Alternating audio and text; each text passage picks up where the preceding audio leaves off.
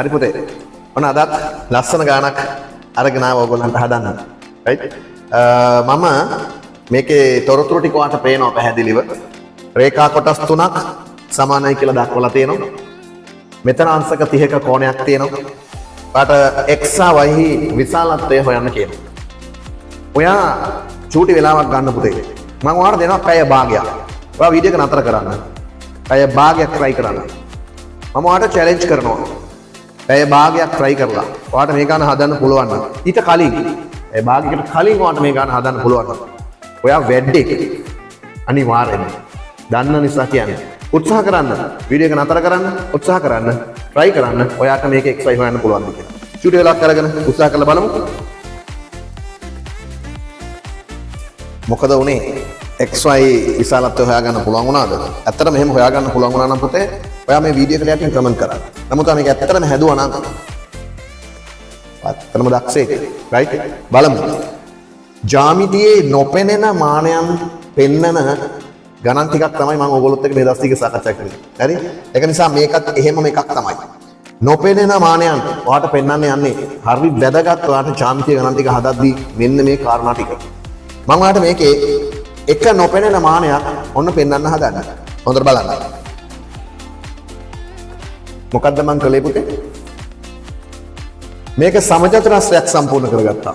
පුතේ ඔයා දන්නවා මේක සමචතුරස්‍රයක් වුණ ගමන්ම මෙන්න මේ රේඛා කොටස් හතරම දිගින් සමාන වෙනවා කියලා.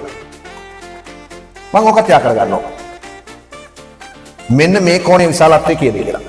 මේක ඍජු කෝණයක් වනවා සමචතුරස්‍රයක් වන නිසා මේක ඍජු කෝණයක් වෙනවා. එහෙනම් පුතේ මෙන්න මේ කෝණයේ විශාලත්වය අංශක 60ක් වෙනවා කියලා ඔයාලට පැහැදිලි වෙනවා. මේ පාදයට සමාන නම් ඔයා දන්නවා සමාන පාදවලට සම්මුඛ කෝණ සමාන වෙනවා කියලා. එහෙනම් මෙයාට සම්මුඛ මේ කෝණ දෙක සමාන වෙනවා. කෝණ තුන අංශක 180ක් වෙන්න ඕනේ. මෙතන 60යි නම් මෙතන කෝණ දෙක සමාන වෙනවා නම් ඔයාට දැනෙනවා පේනවා තේරෙනවා මේ කෝණ දෙක අංශක 60 බැගින් වෙනවා කියලා. ඍජු කෝණයක් අංශක 60යි. එහෙනම් පුතේ මෙන්න මේ කෝණේ වටිනාකම විශාලත්වය ඔයාට පේනවා තේරෙනවා දැනෙනවා ඔයා හොයා ගන්නවා අංශක 30යි කියලා. ඔයාට පැහැදිලිව පේනවද පුතේ මෙන්න මේක සමපාද ත්‍රිකෝණයක් වෙනවා කියලා? කෝණ තුන සමාන නිසා පාද තුන සමාන වෙන්න ඕනේ නේද? මෙන්න මේ පාදයට සමාන වෙනවා. බලන්න ලස්සනට එන විදිහ. මෙතන අංශක 30යි නම් ඔයා තේරුම් ගන්නවා ඔයාට දැනෙනවා පේනවා මේ කෝණ දෙක සමාන වෙන්න ඕනේ කියලා. ඇයි? සමාන පාද වලට සම්මුඛ කෝණ සමාන වෙනවානේ. මෙතන 30යි නම් පුතේ මේ කෝණ දෙකම වෙන්න ඕනේ අගය අංශක 150. ඒ කෝණ දෙක සමාන නිසා එක දෙකට බෙදන්නකො. එහෙනම් ඔයාට දැනෙනවා තේරෙනවා පේනවා දරුවෝ මේ කෝණය අංශක 75ක් වෙනවා කියලා. එහෙනම් පුතේ මෙන්න මේ කෝණයත් අංශක 75ක් වෙනවා නේද? දැන් ඔයාට උත්තරේ පෙවුනද? උත්තරේ දැනුණද? හරි.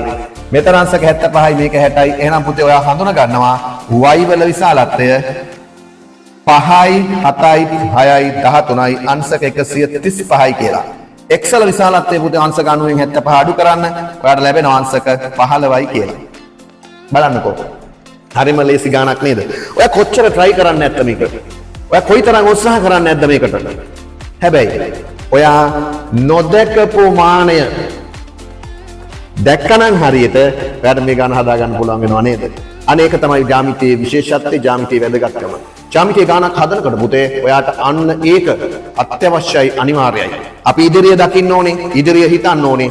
තව චුට්ටක් ඔයා හිතුවනම් මේක සමචතුරස්‍රයක් සම්පූර්ණ කරගත්තා නම් ඔයාට මේ xy අගයන් දෙක හොයාගන්න පුළුවන් වෙනවා කියලා ඔයා ජයග්‍රාහකයෙක්. ජ්‍යාමිතියේ ලස්සන තැන් තියෙනවා. හොඳ තැන් තියෙනවා. ජ්‍යාමිතිය ලස්සනට ඉගෙන ගන්න පුළුවන්කම තියෙනවා. ආසාවෙන් කරන්න පුළුවන්කම තියෙනවා. ඔයා නොපෙනෙන මානයන් හොයාගෙන යන්න ඕනි. අපි නොපෙනෙන මානයන් හොයාගෙන යන ජ්‍යාමිතියත් එක්ක ආයෙත් දවසකදී හම්බෙමු. ලස්සන ගානක් අරගෙන